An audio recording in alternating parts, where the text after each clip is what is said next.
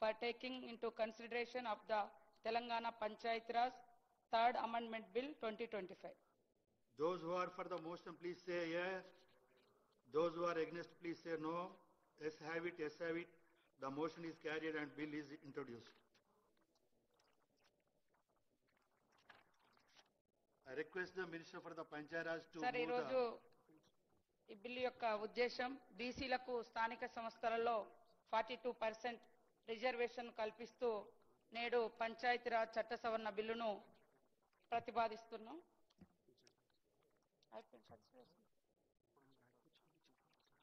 I request the Minister for the Panchayat Raj to move the motion for the taking into consideration of the Telangana Panchayat Raj Bill 2025.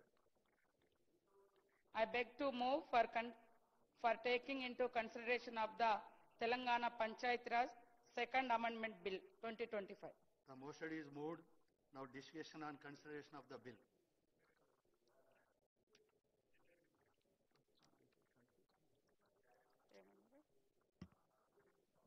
Panchayati Raj స్థానిక సంస్థల్లో 42% reservation కల్పిస్తూ చట్ట సవరణ బిల్లును ప్రతిపాదిస్తున్నాం sir.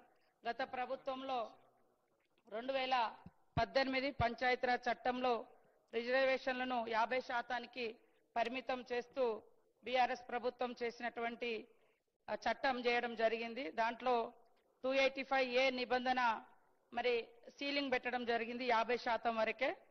దాన్ని మరి ఆ చట్ట సవరణను ఆ సీలింగ్ను ఎత్తివేస్తూ ఈరోజు యొక్క బీసీలకు మా ప్రభుత్వం ఏదైతే కట్టుబడి ఉందో 42% రిజర్వేషన్ స్థానిక సంస్థలలో ఉద్యోగ ఉపాధి అవకాశాలలో కల్పించాలని దాన్ని ఈరోజు మరి చట్ట సవరణ ద్వారా తీసుకురావడం జరుగుతా ఉంది సార్. ఇప్పటిదాకా కూడా చాలా డిస్కషన్ చేయడం జరిగింది.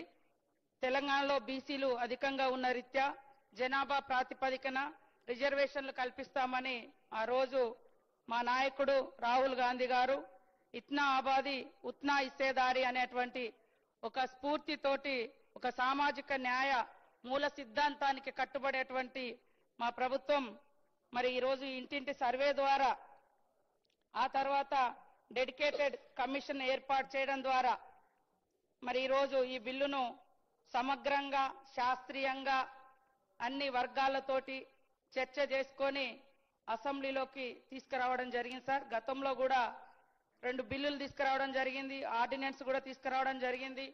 ఇవన్నీ కూడా చాలా రోజులుగా మరి రాష్ట్రపతి దగ్గర పెండింగ్ లో ఉండడం జరిగింది. కాబట్టి ఈరోజు మళ్ళీ అందరి సమక్షంలో ఈ సమావేశంలో ఈ యొక్క సవరణ బిల్లును తీసుకొస్తున్నాం.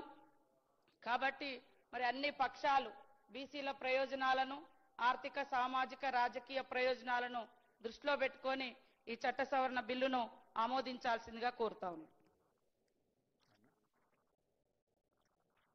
కేటీఆర్ గారు